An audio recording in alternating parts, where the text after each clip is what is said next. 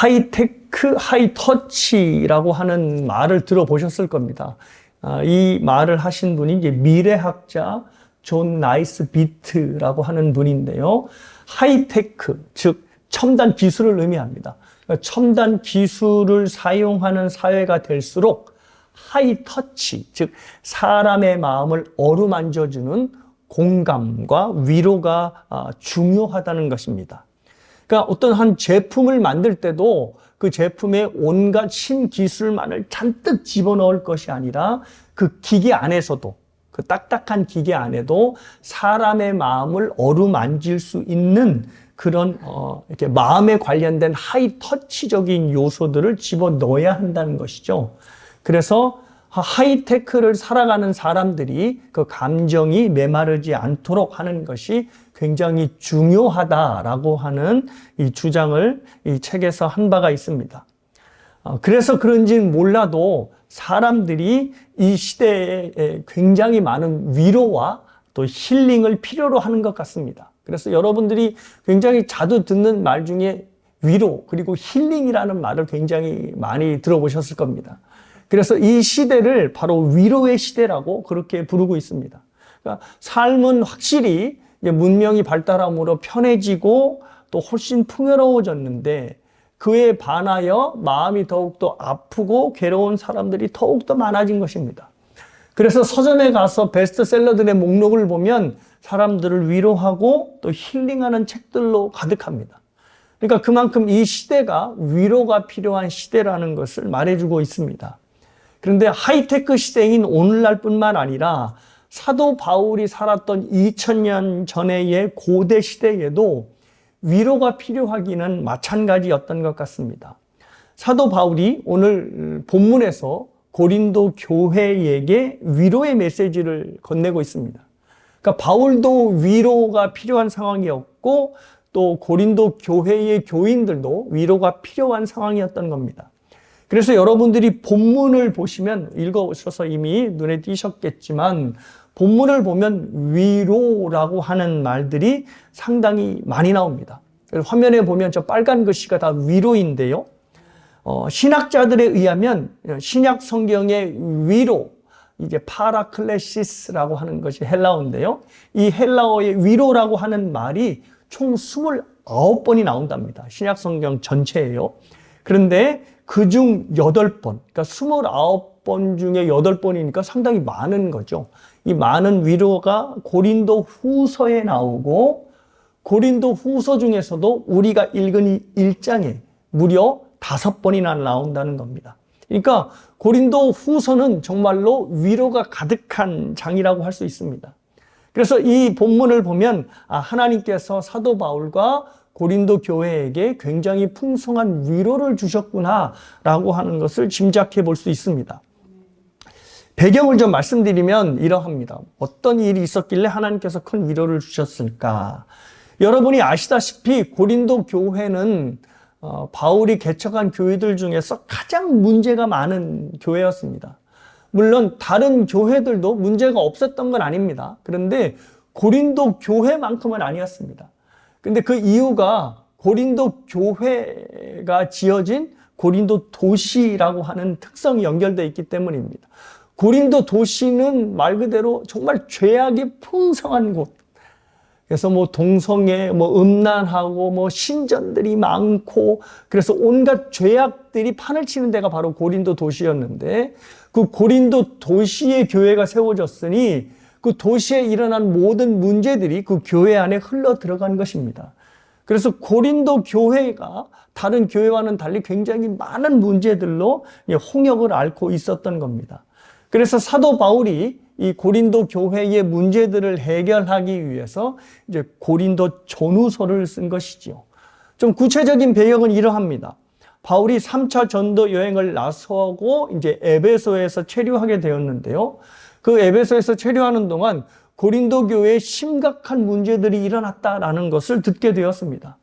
그래서 바울이 그 문제를 해결하고자 이제 첫 편지를 쓰는데 이 첫 편지는 우리가 읽는 고린도 전후서가 아닙니다. 이 편지는 세상에 남아있질 않습니다. 학자들이 이 편지를 고린도 전서의 앞서 쓰여졌다라고 하여서 고린도 전전서라고 부르는 것이 전부입니다. 그러니까 그 내용이 뭔지는 몰라요. 자, 그리고 나서 고린도 교회에 사도 바울이 디모데를 파송합니다. 왜냐하면 그 문제를 이제 해결하기 위해서요. 그리고 그 후에 이제 디모데를 먼저 보내고 이제 고린도 교회의 문제를 상세하게 이제 해결할 수 있도록 이제 우리가 알고 있는 고린도 전서를 보냅니다. 자, 그런데 사도 바울이 자신의 영적인 아들인 디모데를 보냈으니까 그 문제를 해결할 수 있을 것이라 생각했는데 얼마 후에 디모데가 다시 되돌아옵니다. 왠가 했더니 고린도 교회 교인들이 합심하여서 이 사도 바울의 영적 아들인 디모데를 내쫓은 것입니다. 그러니까 영적인 아들인 디모데가 교회의 문제를 해결하러 갔는데도 소용이 없는 거지요. 그래서 이번에는 그 교회를 개척한 사도 바울이 직접 그 교회를 방문했습니다. 그런데 사도 바울이 직접 방문했는데도 소용이 없습니다. 왜냐하면 거짓 교사들이 이미 교인들을 회유한 상태였기 때문에 고린도 교인들이 사도 바울도 역시 내쫓았기 때문입니다. 자, 그래서 바울이 자신이 개척한 교회 교인들에게 내쫓김을 당한 후에 이제 세 번째 편지를 씁니다. 첫 번째 편지는 고린도 전전서, 그리고 두 번째 편지는 고린도 전서, 그리고 이제 세 번째 편지를 쓰는데 이 편지도 역시 고린도 전전서처럼 세상에 남아있지 않습니다. 근데 그 내용이 그래서 정확하게 뭔지는 모릅니다. 하지만 고린도 후서 2장에 이제 5절부터 그게 잠깐 이제 언급이 되는데요. 그 편지가 이제 사도 바울이 내가 이 세 번째 편지를 괜히 보냈어 라고 생각할 정도로 그 편지 안에 고린도 교인들을 신랄하게 꾸짖는 책망의 내용을 담아서 보냅니다. 그러면서 굉장히 이제 주저주저 하면서 보내죠. 보내고서도 바울이 내가 너무 심하게 했나라고 할 정도로 후회할 정도로. 근데 바울이 그 편지를 뭐라고 이제 하냐면 내가 이 편지를 너희들을 생각하면 눈물로 썼다라는 이제 말을 합니다. 그래서 이 편지를 뭐 세상에 나와 있지 않지만 이제 별명을 붙여서 이제 눈물의 편지라고 합니다. 그래서 이 편지를 누구를 통해서 들려보내냐면 디도를 통해서 이제 보내줍니다. 그래서 디도를 통해서 제발 이 눈물의 편지를 읽고 이들이 회개하고 하나님의 품으로 돌아왔으면 하고 하는 마음으로 이제 편지를 디도를 통해서 보낸 거죠. 그리고 사도 바울은 이제 계속해서 에베소에 머물 수 없으니까 이제 드로아라고 하는 지역으로 가서 복음을 전하고 이제 거기서 많은 결실을 얻게 됩니다. 자, 그러면 많은 결실을 얻게 되면 드로아에 사도 바울이 남아 있어야 할 텐데 남아 있지 않습니다. 오히려 어디로 가냐면 마게도냐라고 하는 지역으로 옮기는데 왜냐하면 거기서 편지를 보낸 디도를 만나기로 했기 때문입니다. 그래서 디도를 만나서 도대체 이 세 번째 편지가 어떻게 워킹을 했나, 어떻게 이 편지를 듣고 이 편지를 보고 읽고 그들이 회개했나, 그것을 이제 디도를 통해 듣기 위해서 부랴부랴 마게도냐로 간 것이죠. 그리고 마침내 디도를 만났습니다. 어떻게 됐을까요? 디도를 통해서 소식이 전해왔습니다. 사도 바울 선생님께서 그렇게 눈물로 쓰시던 이 편지를 읽고 고린도 교회 교인들이 회개하였습니다. 할렐루야. 그리고 이 사람들이 지금 바울을 내쫓았잖아요. 그러니까 바울을 신뢰하지 않는 건데 이 세 번째 편지를 통해서 바울도 신뢰하게 되었다는 소식을 전해 듣게 된 것입니다. 그러니까 바울이 그렇게 속을 끓고 애달려왔던 모든 문제들이 완전히 해결이 된 것입니다. 그리고 기쁜 마음으로 다시 편지를 썼는데 그 편지가 바로 고린도 후서입니다. 그러니까 모든 문제가 일단락이 딱 된 상태에서 고린도 후서를 썼으니까 얼마나 기쁜 마음으로 편지를 썼겠어요. 그래서 편지를 보시면 1절, 2절을 보시면 그 기쁜 마음이 드러납니다. 보시면 제가 읽어드리면 이렇습니다.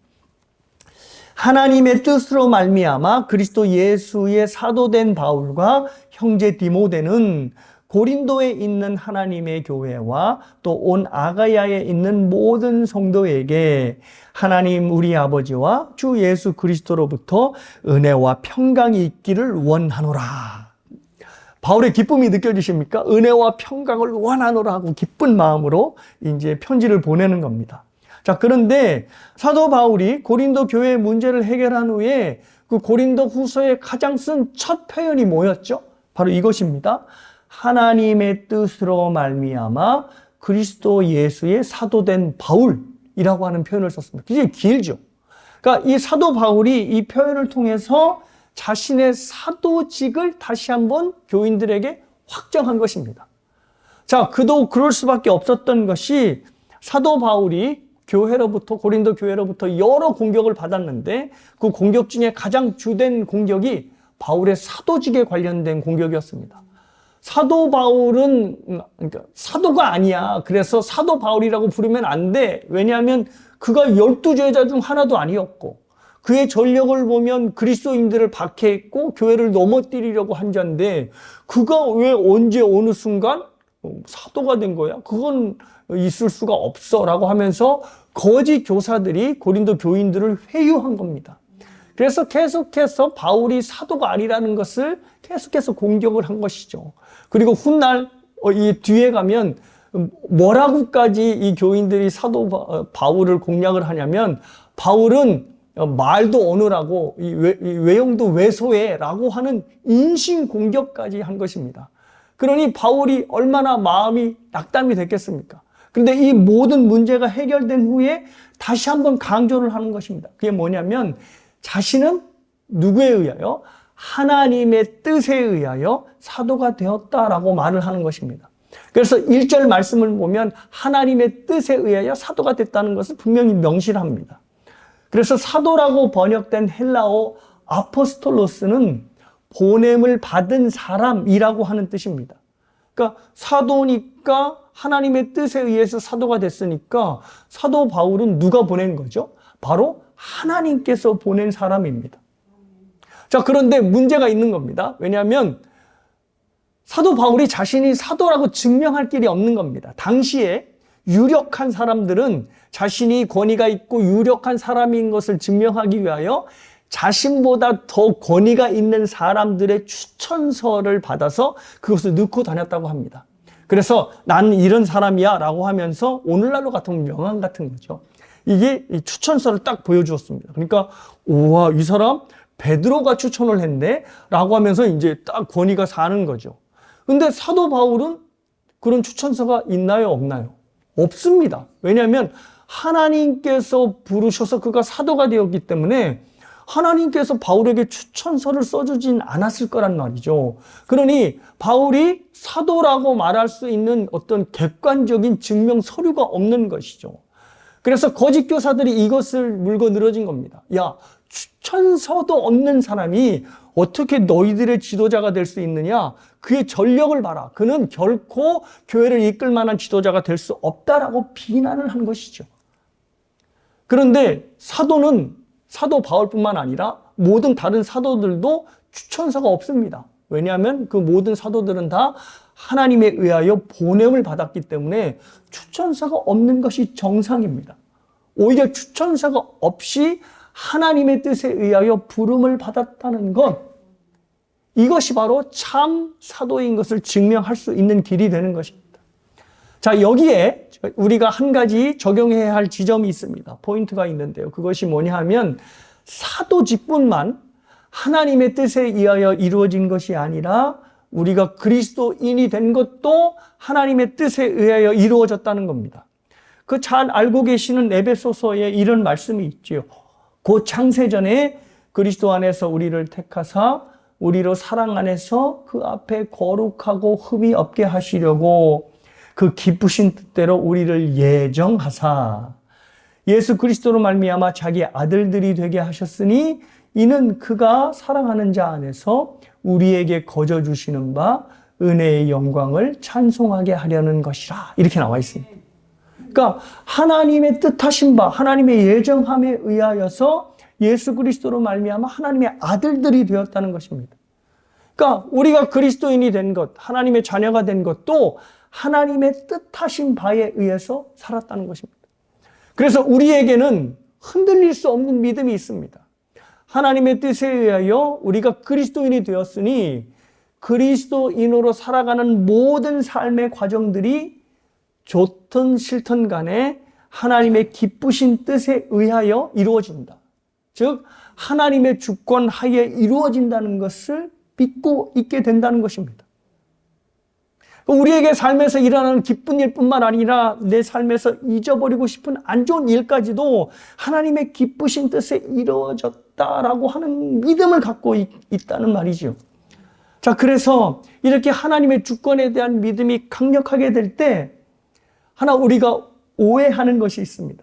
그것은 뭐냐면 우리가 모든 것이 하나님의 주권하에 있다니까 마치 하나님이 우리의 목덜미를 딱 잡고 이리저리 질질 끌고 가는 인생으로 사는 것처럼 그런 오해를 합니다. 근데 하나님이 만일 폭군이시라면, 그리고 하나님이 완고하신 분이라면, 마치 이 달란트 비유의 이 세 번째 종처럼 하나님이 정말로 완고하고 뿌린 데서 거두지도 않는 분이시라면 하나님이 정말 우리를 목덜미를 붙잡고 이리저리 끌고 다니는 것이 맞습니다. 하지만 하나님은 어떤 분이시죠? 하나님은 자비하시고 인애가 풍성하시고 하나님 우리에게 선을 베푸시는 가장 선하신 하나님이십니다. 그러니 그 하나님이 우리의 목덜미를 잡고 왜 우리를 이리저리 끌고 다니시겠습니까? 그러니 하나님이 우리의 주권, 하나님께서 우리의 인생을 주권으로 이끄신다라고 하는 것을 오해하시면 안 됩니다. 물론 하나님의 뜻 가운데 일어나는 일들을 보면 우리의 삶에서 물론 이해가 되는 것이 있지만 이것은 하나님의 이 뜻을 이루기 위해서 이렇게 내 삶에 이런 일이 일어났구나라고 이해가 되는 것도 있지만 우리의 삶에서 일어나는 대부분의 것들은 정확히 하나님의 뜻을 이해할 수 없는 경우가 대대로 많습니다. 왜냐하면 하나님은 우리의 이해를 능가하시는 분이고 우리보다 크신 분이시기 때문입니다. 그래서 도저히 내가 이해하지 못하는 상황인데도 불구하고 하나님께서는 그 일을 허락하시고 그 인생 안으로 우리를 몰고 가십니다.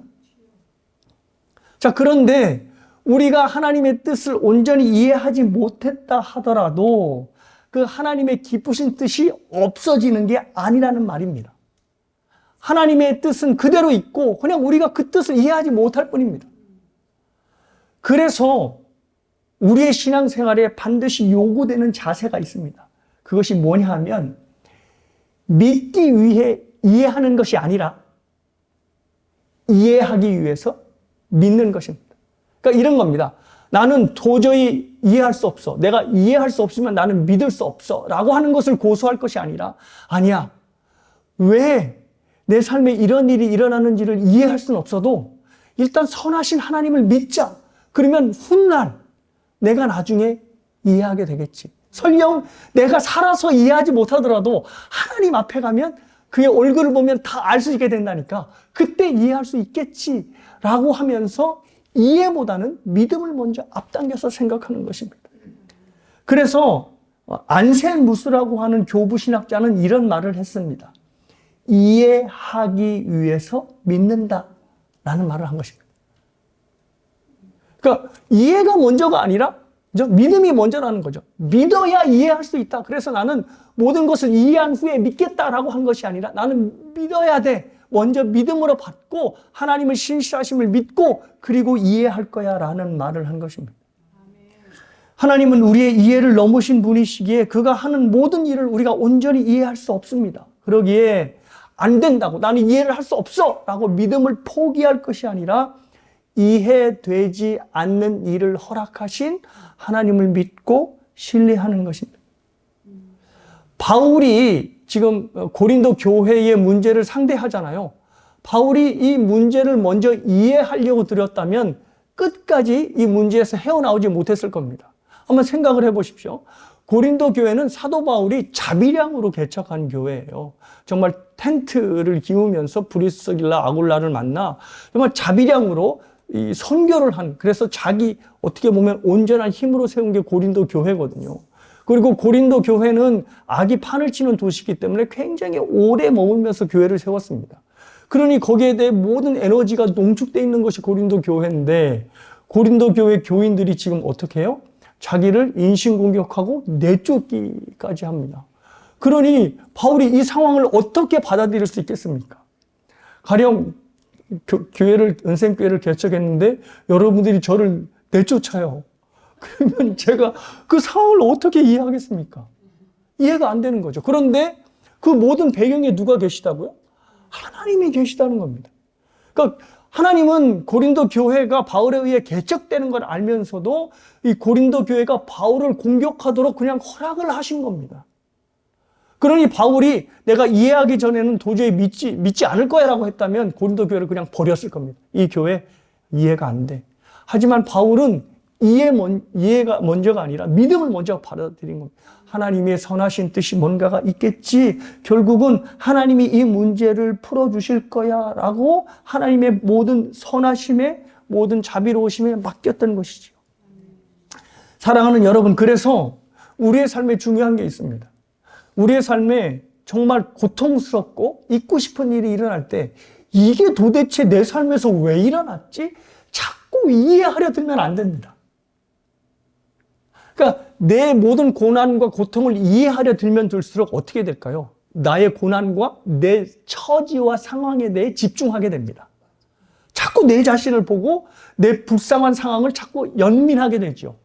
그러면 하나님을 바라보고 하나님께서 주시는 힘으로 모든 어려움을 극복해야 할 시간에 자꾸 자기를 바라보고 자기 신세 한탄을 하고, 노지준 목사님이 잠깐 언급했지만 과거에 얽매여서 자꾸 과거에 비교하는 겁니다.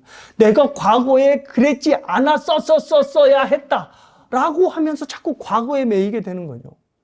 그게 하나님을 집중하는 대신 자기 자신을 집중하고 자기 자신에 대해서 연민을 갖고 있기 때문입니다. 근데 사도 바울이 뭐라고 얘기하냐면 그렇게 하면 안 돼. 이해가 먼저가 아니라 믿음이 먼저야. 하나님의 선하신 성품을 먼저 믿어. 그리고 믿은 다음에 그 믿음으로 하나님을 신뢰해. 그러면 하나님이 언젠가 하나님의 때와 방법으로 그 문제를 풀어가실 거야 라고 말씀을 해 주시는 것입니다. 하나님의 뜻이 무엇인지 정확히 알 수는 없지만 분명한 건 알 수 있죠. 뭐냐면 하나님은 선하시다. 하나님이 선하신 걸 어떻게 알죠? 목사님, 하나님이 선하신 걸 어떻게 알아요? 내 삶이 이런데 하나님이 선하신 걸 우리가 어떻게 알아요? 있죠. 뭐냐면 변함이 없는 역사적인 한 사실. 뭐죠? 예, 주일학교에서 얘기하면 거의 이 말은 100% 답이라고 노진정 목사님 그러셨죠. 예수 그리스도. 예수 그리스도를 바라보면 우리를 향하신 하나님의 사랑, 하나님의 선함은 절대 부인할 수 없는 겁니다. 이 그리스도를 바라보며 선하심을 믿고 선하심의 모든 것을 맡기는 것이죠. 그래서 사랑하는 여러분, 여러분이 정말로 어려운 일을 당하거든 그 상황과 환경에 집중하지 마시고, 그리고 그 상황에 아파하는 자기 자신에 대해서 연민을 갖지 마시고 오히려 하나님께 더 집중하실 수 있기를 바랍니다. 사도 바울이 저는 고린도 교회의 문제를 풀어가면서 그랬다고 생각합니다. 고린도 교회의 문제에 집중하면서 왜 이들이 이해되지 않는 행동을 하지? 했다면 사도 바울은 고린도 교회를 끝내 지키지 못했을 것입니다. 하지만 하나님께 모든 것을 내어 맡기고 하나님께서 결국은 매듭을 풀어주실 것으로 믿고 그를 신뢰했던 것입니다. 하나님을 끝까지 바라보고 믿음을 잃지 않은 여러분 모두가 되시길 주님의 이름으로 축복합니다. 자, 이렇게 하나님을 신뢰하고 하나님을 의지하여도 변하지 않는 게 하나 있습니다. 그게 뭐냐면 고난이 여전히 아프다는 겁니다. 내가 하나님을 신뢰하고 의지한다 하여서 아픈 고난이 덜 아파지는 것도 아니고 아픈 고난이 없어지는 것도 아닙니다. 아픈 고난은 여전히 있습니다. 사도 바울도 마찬가지였어요. 그래서 8절을 여러분이 보시면 사도 바울이 뭐라고까지 얘기하냐면 살 소망까지 끊어졌다 라는 말을 합니다. 이게 살 소망까지 끊어졌다니까 좀 점잖게 말하죠. 근데 이게 무슨 말이냐면 나 죽고 싶어. 아니 그 믿음 좋은 바울이 나 죽고 싶어 라고 하는 말을 하는 겁니다. 그만큼 사도 바울이 고난에 아파하고 힘들어했다는 의미입니다. 그리고 우리가 이런 생각 들죠. 하나님, 바울인데 바울이 지금 뭐 무슨 개인의 욕심을 차리자고 이런 것도 아니고 하나님 나라를 위하여 예수 그리스도의 복음을 위하여 이렇게 고난을 당하는 건데 적어도 바울만큼은 좀 고난을 면케해 주시지. 왜 이렇게 바울이 나 죽고 싶다라고 할 만큼 말을 하게 만드십니까? 라는 생각이 들죠. 사랑하는 여러분, 여러분이 믿고 싶지 않지만 하나님이 사랑하는 사람일수록 그에게 더 많은 고난을 허락하십니다. 목사님, 저는 사랑받고 싶지 않으니까 고난을 좀 덜 주셨으면 좋겠습니다. 이렇게 생각하실 수도 있죠. 근데 아닙니다. 하나님께서 우리를 사랑하시는 방법은 우리를 고난을 주시면서 우리를 세우시는 방법입니다. 자, 그래서 이 고난을 통하여 우리를 어떻게 세우시냐면 먼저 그 고난을 덮고도 남을 풍성한 위로를 주십니다. 그래서 일단 위로를 통하여 하나님과 가깝게 만드는 것이죠. 그래서 5절과 6절을 보시면 그게 잘 나타나 있습니다. 5절, 6절 제가 읽어드리면 이렇습니다. 그리스도의 고난이 우리에게 넘친 것 같이 우리가 받는 위로도 그리스도로 말미암아 넘치는도다. 우리가 환난을 당하는 것도 너희가 위로와 구원을 받게 하려는 것이요, 우리가 위로를 받는 것도 너희가 위로를 받게 하려는 것이니 이 위로가 너희 속에서 역사하여 우리가 받는 것과 같은 고난을 너희도 견디게 하느니라. 지금 어떤 단어가 계속 나오냐면 위로가 나오죠. 그러니까 고난이 있지만 하나님께서 그 고난에 버금가는, 아니 고난보다 더 큰 위로를 주신다는 것입니다. 그래서 이 위로를 통하여, 그것이 뭐 사람이 되었던, 말씀을 통하였던, 아니면 상황을 통하여든 우리에게 위로를 주셔서 하나님을 더욱더 의지하게 만든다는 것이죠. 그런데 우리에게 위로를 주시는 것으로 끝나지 않습니다. 더 중요한 것이 남아있는데요. 그것이 바로 그 고난을 통하여 우리를 위로자로 만들기 위해서입니다. 그래서 6절을 보시면 이렇게 되어 있습니다. 우리가 고난을 받는 것도, 즉 사도 바울과 그 이제 사역자들이죠. 우리가 고난을 받는 것도 너희가, 즉 고린도 교회 교인들이 위로와 구원을 받게 하려는 것이라는 말씀을 하는 겁니다. 그러니까 고린도 교회 교인들이 사도 바울과 그의 사역자들이 받는 고난을 통하여서 위로를 받는 겁니다. 아, 사도 바울이 복음을 위하여 저렇게 고난을 당하는구나. 우리만 고난을 당하는 것이 아니는구나 라고 하면서 사도 바울의 고난을 통해 위로를 받는 것이죠. 그러니까 고난 당하는 사도 바울이 고린도 교회 교인들에게 위로자가 된 것입니다. 사랑하는 여러분, 진정한 위로자는 바로 고난을 통해서 만들어집니다. 고난이 없이는 절대 그 사람은 위로자가 될 수 없다는 것입니다. 한번 생각을 해보십시오. 금수저 물고 태어나, 요즘 애들 말로 금수저 물고 태어나 고생의 기억자 해보지 않은 사람이 다른 사람을 어떻게 위로할 수 있겠습니까? 왜? 그 삶에서는 편안하고 안락함만 있던 사람이 어떻게 다른 사람의 고난을 공감하고 위로해 줄 수 있겠냐는 말이죠. 그래서 정말 위로자가 되기 위해서는 그 위로를 공감할 수 있는 고난을 받아야 되는 겁니다. 아픈 사람만이 아픈 사람을 위로할 수 있고, 굶어본 사람만이 굶어본 사람을 이해할 수 있고, 자녀를 잃어본 사람만이 자녀를 잃은 사람의 진정한 위로자가 될 수 있는 것입니다. 19세기에 하와이에 있는 몰로카이 섬에서 나환자를 위하여 사역하셨던 데미안 신부님이라고 하는 분이 계십니다. 이분에 관련된 이야기인데요. 어느 날 아침에 데미안 신부님이 예배를 드리러 인도하러 이렇게 나가기 전에 좀 뜨거운 물을 마셔야 되겠다. 이제 목을 좀 축일 겸. 그래서 이 뜨거운 물을 컵에다 따르다가 실수로 자기 발에 이렇게 쏟게 되었습니다. 그런데 놀라운 것은 뜨거운 물이 그렇게 발에 쏟아졌는데도 발에 아무런 느낌이 오지 않는 겁니다. 그래서 왜 이러지? 혹시 하면서 이번에는 일부러 그 물을, 뜨거운 물을 다시 그 발에 쏟았다고 합니다. 부었다고 합니다. 그러자 역시 아무런 느낌이 오질 않는 것입니다. 상상이 되시겠죠? 그가 나환자를 사역하고 나환자를 함께 사역하다가 이 나병에 이제 감염이 된 것입니다. 그래서 뜨거운 눈물이 그때부터 흘러내렸고 이 마음을 추스려서 이제 예배당으로 나아가게 된 것이죠.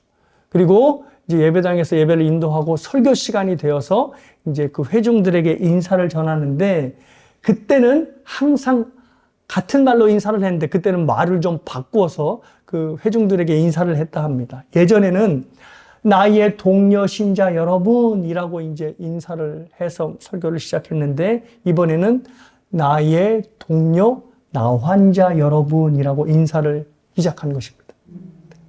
나환자가 되기 전에는 그 회중들이 그냥 동료 신자였습니다. 왜냐하면 같은 믿음을 갖고 있으니까. 그런데 자신이 나환자가 되었을 때는 이제 그야말로 그들과 같은 동료가 된 것입니다. 그래서 사랑하는 나의 동료 나환자 여러분이라고 인사를 건넸던 것입니다.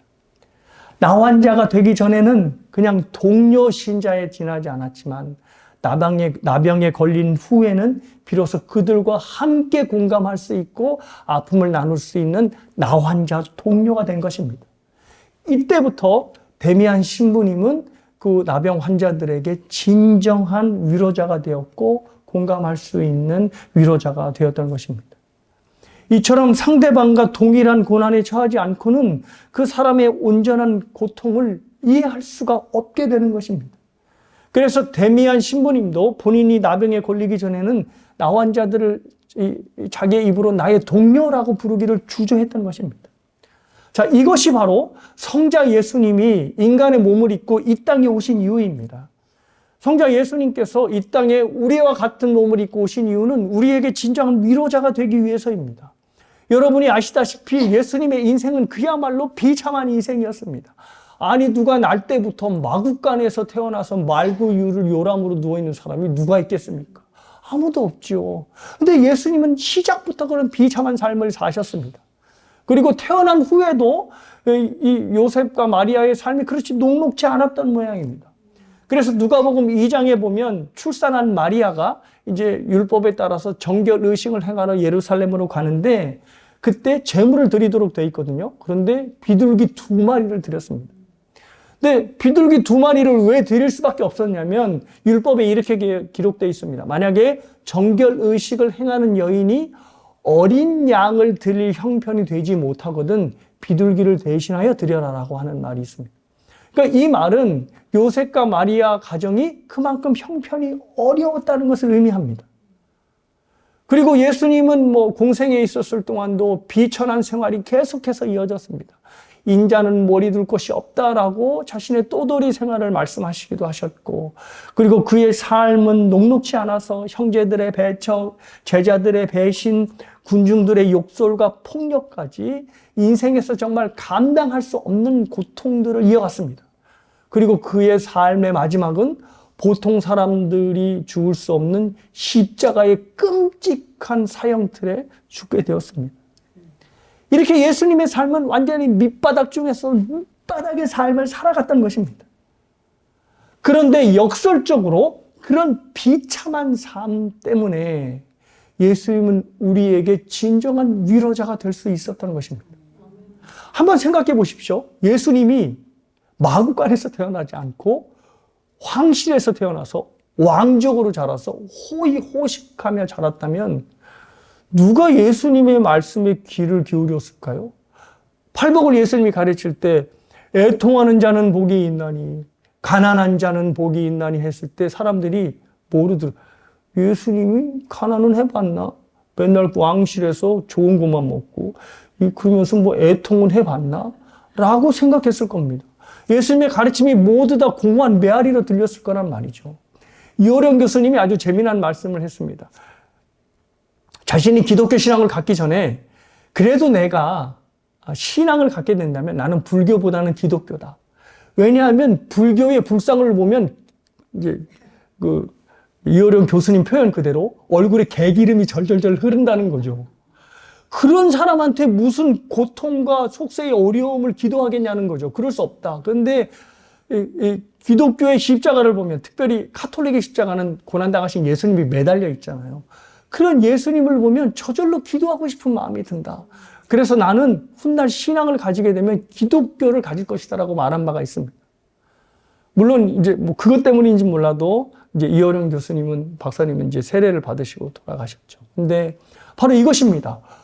고난을 받으셨기 때문에 우리가 모든 고난을 예수님께 토로할 수 있는 것이고 내가 알아. 내가 너의 고난을 알지. 왜냐하면 내가 너의 고난을 당해보지 않았겠니? 라고 하면 위로를 우리가 들을 수 있게 되는 것입니다.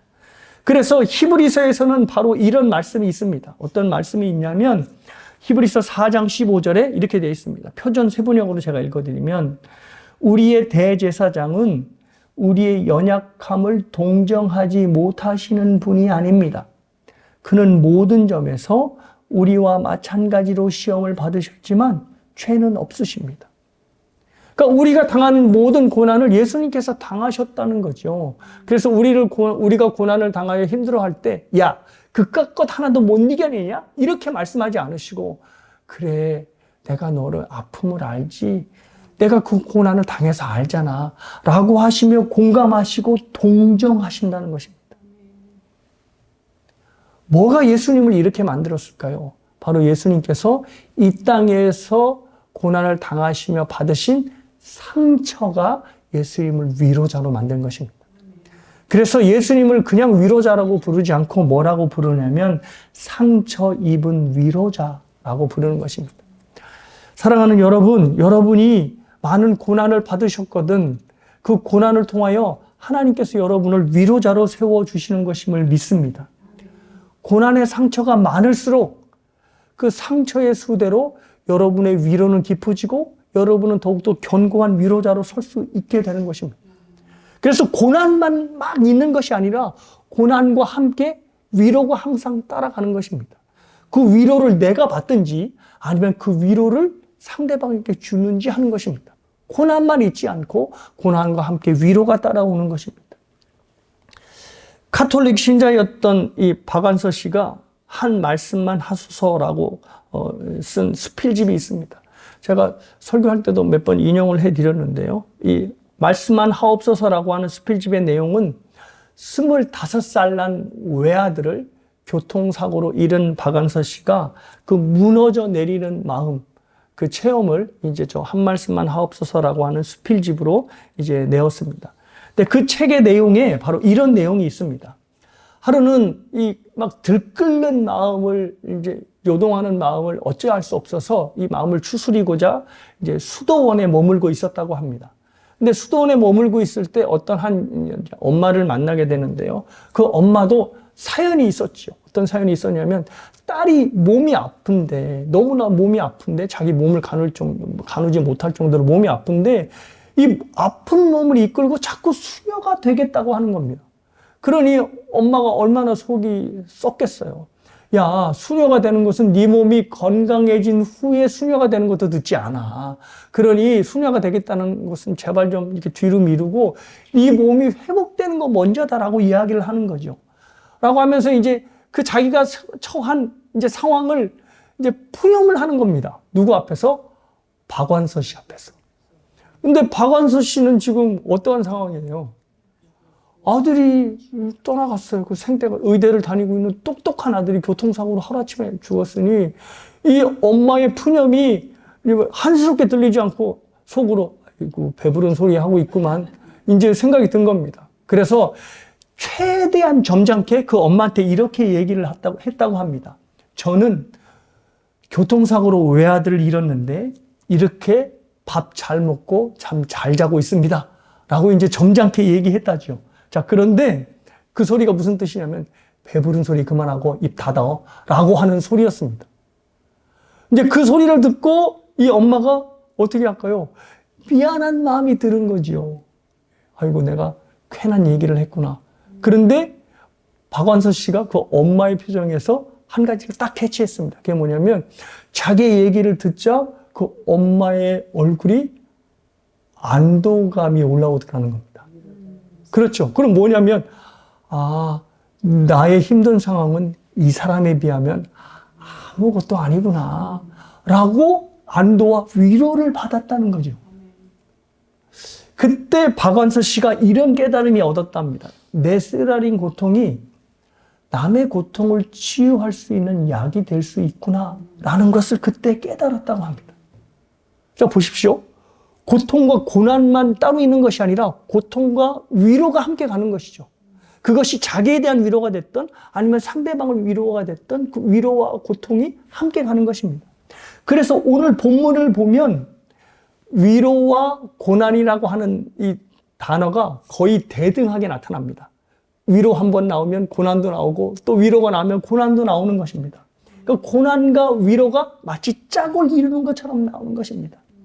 자, 그런데 흥미로운 것은 집에 가서 한번 세보세요. 고난과 위로 중에서 어느 단어가 더 많이 나오냐면, 그렇죠. 위로가 조금 더 많이 나옵니다. 그러니까 하나님께서 그만큼 위로를 더 하여 주신다는 것입니다. 결코 고난이 위로를 앞서지 않도록 위로를 더 많이 주신다는 거죠. 사랑하는 여러분, 하나님께서 우리의 삶에 고난을 허락하신다면 저와 여러분을 모두 세우기 위하여서 예수님처럼 상처받은 위로자로 세워주기 위해서 우리에게 고난을 허락하시는 것입니다. 그래서 말씀드렸듯이 우리의 상처는 그냥 지워버리고 싶은 상처가 아니라 우리를 위로자로 세우는 상처라는 것, 그것을 하나님이 주신 은혜로 기억하시기를 바랍니다. 그래서 여러분이 삶에서 아프고 힘들다면 그것을 가지고 서로를 위로해 주십시오. 나의 아픔만이 아니라 서로의 아픔을 위로하고 보다듬어 줄 때 저와 여러분이 상처 입은 위로자로 하나님께서 세워주실 것입니다. 저와 여러분 모두가 하나님 앞에서 상처 입은 위로자로 세워지기를 주님의 이름으로 축복합니다. 한 가지만 더 할게요. 그때 한 가지만. 뭐냐면, 목사님, 그러면 우리가 상처받은 위로자가 되기 위해서는 반드시 상처를 받아야 하는 겁니까? 목사님, 아들을 잃은 자를 위로하기 위해서는 내가 아들을 잃어야 되는 겁니까? 그리고 내가 건강을 잃은 자를 위로하기 위해서는 내 건강을 잃어야만 하는 건가요? 그래야지 진정한 그 사람을 통하여 공감을 할 수 있으니까요. 맞나요? 그런 건 아닙니다. 그러니까 하나님께서 우리에게 상처를 허락하시는 것은 하나님의 우리에게 주시는 인생 가운데 상처받은 위로자를 세워주시는 것 뿐이지, 내가 위로자가 되기 위해서 일부러 막 묵죠? 건강도 해하고 뭐 있는 물질 다 날리고 이런 의미는 아니라는 겁니다. 자, 그러면 우리는 분명히 다른 사람이 10가지 상처를 받았고 우리는 5가지 상처를 받았는데 그 10가지 받은 상처를 받은 사람에게 우리가 진정한 위로자가 될 수 있을까? 우리는 그 사람에 대해서 어떤 마음을 가져야 할까? 그래서 우리에게 필요한 마음이 뭐냐면 미안한 마음입니다. 그가 받은 고통과 고난을 보며 미안한 마음을 갖는 겁니다. 아, 저 사람은 저렇게 어려움을 당하는구나. 근데 나의 삶은 그 애보다는 편하다. 미안하네. I'm sorry. 라고 하는 마음을 갖는 것입니다. 그래야 고난당하는 사람 앞에 우리가 교만하지 않을 수 있고, 당신이 이렇게 해서 그런 고난을 받는 거야 라고 하면 오히려 상처를 주지 않게 되는 겁니다. 근데 그 미안한 마음을 갖지 않으면 그의 삶을 분석하게 되고 당신이 이래서 벌을 받는 거야 라고 판단하게 되는 것이죠. 그래서 사랑하는 여러분, 우리는 분명히 하나님께서 여러 고난을 허락하시면서 그 고난을 통하여 상처 입은 치료자를 세우실 것입니다. 하지만 우리는 고난을 받는 것이 천차만별 다 다르잖아요. 그러니 다른 사람들 앞에 동일한 위로자가 될 수 없습니다. 그래서 우리가 미안한 마음을 가지고 그 미안한 마음으로 그에게 접근해야 하는 것입니다. 그렇다면 그 고난 앞에, 상대방의 고난 앞에 우리는 겸손해질 수 있고 그리고 그에게 진정한 위로자로 다가갈 수 있게 될 것입니다. 이 위로의 마음, 그리고 이 미안한 마음이 저와 여러분을 위로자로 세우는 귀한 하나님의 은혜로 작동하기를 주님의 이름으로 축복합니다.